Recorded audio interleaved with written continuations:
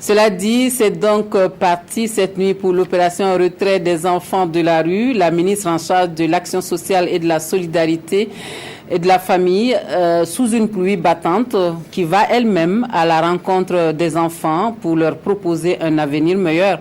Marie-Laurence Ilboudo-Marchal veut convaincre les enfants dans cette situation qu'un autre départ est possible pour eux. Et cette nuit, entre 22h30 et 3h du matin, une vingtaine d'enfants suivent la ministre pour tenter une nouvelle aventure et se soustraire de la rue. 10 équipes sont mobilisées et chacune en a convaincu. Autant plus de détails avec Adama Guiti et Zalissa Sanfo.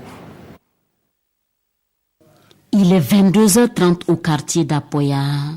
Nous sommes à Ouagadougou. La ministre en charge de la famille a fini par convaincre Razak Ilboudo d'embarquer dans ce bus.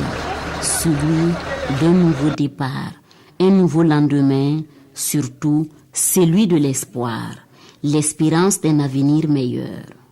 Un meilleur lendemain qui commencera par un bain chaud, de la nourriture et surtout un toit, promet la ministre. Alors pour Ilboudo, comme pour tous ceux qui ont embarqué dans ce bus, même si la promesse se limitait là, cette nuit aura quand même du mérite. Et à observer de plus près, l'on comprend aisément. À cette heure tardive de la nuit et avec cette pluie, pendant que nous grelottons sous nos manteaux et autres imperméables, eux avaient élu domicile sous ce hangar. Et c'est à même le sol qu'ils dorment, malgré les gouttes d'eau qui aspergent leurs pieds. Le petit Omar Tal, lui, a 9 ans. Il ne s'est pas fait prier pour embarquer dans ce bus. Une telle occasion, il en rêvait. Tal nous confie. Ses parents l'avaient laissé au bon soin d'un maître coranique, puis ils sont allés à l'aventure en Côte d'Ivoire.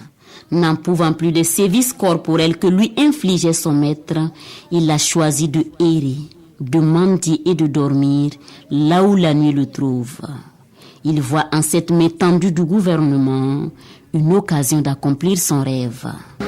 Je vais aller à l'école et devenir un jour un policier. Tout le monde n'a pas été facile à convaincre cette nuit. Il est minuit moins le quart, quant au pas de course, en scrutant les abords de cette rue, jouxtant le côté ouest du camp Paspanga, Laurence Ilboudo va à la rencontre de celle que nous surnommons Samira. Elle a entre 13 et 15 ans. Difficile pour cette native de Koupela de suivre la ministre. Samira dit avoir peur de l'inconnu. Argument d'une mère, d'une ministre, patience ou du tact. Laurence a fini par convaincre Samira. Juste une nuit pour réfléchir avant de se décider si elle passe sa vie sur le trottoir ou qu'elle passe à autre chose. Et à tout point de vue, cette opération de retrait des enfants de la rue s'annonce difficile. Mais pour la ministre, le jeu en vaut la chandelle. Nous allons les accompagner, en tout cas, pour qu'ils prennent leur destin en main.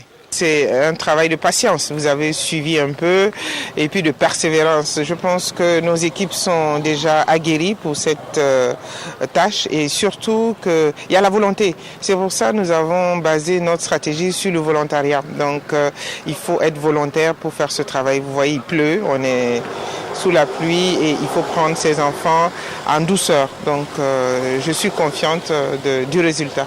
Pour cette première nuit, 10 équipes sont mobilisées.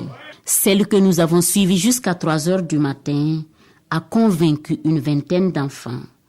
Et selon la ministre, il en est autant pour toutes les autres équipes. Demain, l'équipe du jour reprendra le relais.